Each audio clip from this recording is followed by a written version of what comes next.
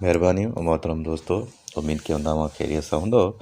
YouTube ते असांजो channel हलाइण लाइ जॾहिं असां ईंदासीं, हे यूट्यूब खे असां ओके कयोसीं त हिते असां ही लिखंदासीं। फ़र्ज़ु कयो अब्दुल अज़ीज़ चachड़ ही लिखियो पियो आहे, ही ॾिसो साईं, ओके कयोसीं। ही चैनल आहे असांजो यूट्यूब ते, जिथे असां जलाल चंडी मरहूम जूं यादगार महफ़िलूं अव्हां जे लाइ हिते तरतीब ॾेई रहिया आहियूं ऐं इहो मवाद महफ़ूज़ करे रहिया आहियूं जेको अव्हांखे पसंदि आहे। हिन चैनल खे असां ओके कंदासीं त पूरो चैनल खुली वेंदो असांजो। हीउ ॾिसो न, हीअ असांजा रखियल वीडियोज़ अव्हांखे नज़र ईंदा हिते। हिननि खे बि व्यूज़ कंदा कयो अची करे। अहिड़ी तरह ही सभई अव्हां जे लाइ हिते असां तरतीब ॾिनानी।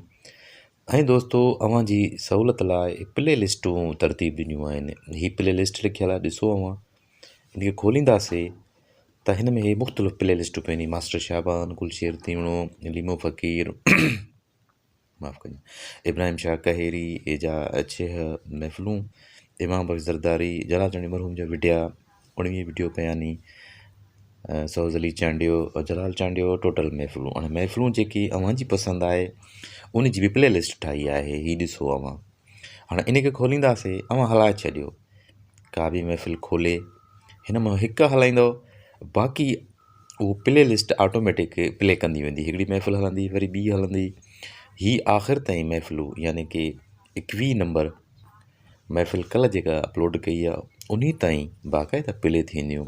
हाणे इन सां छा थींदो, असांखे वॉच टाइम मिलंदो, व्यूज़ मिलंदा, त हिन चैनल जी रेटिंग में वाधारो थींदो। वाधारो थींदो त पोइ असां प्ले लिस्टूं यानी कि महफ़िलूं, मुकमल महफ़िलूं हिन प्ले लिस्ट में रखी करे अव्हां जे लाइ हिते तरतीब ॾींदासीं। त 6-7 कलाम जेके बि आहिनि उन महफ़िल में कलाम, उहो हिकु हंधि अव्हांखे ॿुधण लाइ मिलंदा। अव्हां फ़क़ति हिते अची हिकिड़ी प्ले लिस्ट ओके कंदव, 6-7 कलाम उहे हलंदा। वरी 2 नंबर महफ़िल, ॿियो नंबर हली वेंदी, 3 नंबर हली वेंदी, 4 नंबर, अहिड़ी तरह जेकी बि तरतीब सां रखियल आहिनि उहे अव्हांखे मिलंदियूं। हाणे हिते असांजो चैनल सब्सक्राइब कंदा, ही होम आहे, ही सब्सक्राइब मुंहिंजो त थियल आहे, ऐं ही घंटी आहे, इनखे मथे जेके लिखियल आहे न आल, इन खे ओके करे छॾींदा। ही डबल, पोइ जॾहिं को वीडियो असां अपलोड कंदासीं अव्हां ताईं बाक़ाइदा हिकिड़ो मैसेज ईंदो, नोटिफिकेशन फ़ौरन अची वेंदो त नओं वीडियो अची वियो आहे। उनखे अव्हां ॾिसी वठंदा, ॾिसी सघंदा। इहे अव्हां जा ताउन थींदा। बाक़ी वीडियोज़ ते बि व्यूज़ कंदा रहंदा। ही जलाल चंडी मरहूम जी मज़ार ऐं उताक ते बि असां हिकिड़ो वीडियो अव्हां जे लाइ तरतीब ॾिनो हुओसीं, जिते कलंदर बख़्श चंडीओपाण ऐं हाजी ख़ान मोहम्मद उते गॾु कचहरी करे रहिया आहिनि। इहे वीडिया पिया आहिनि हिते अव्हां जे लाइ। उमेद त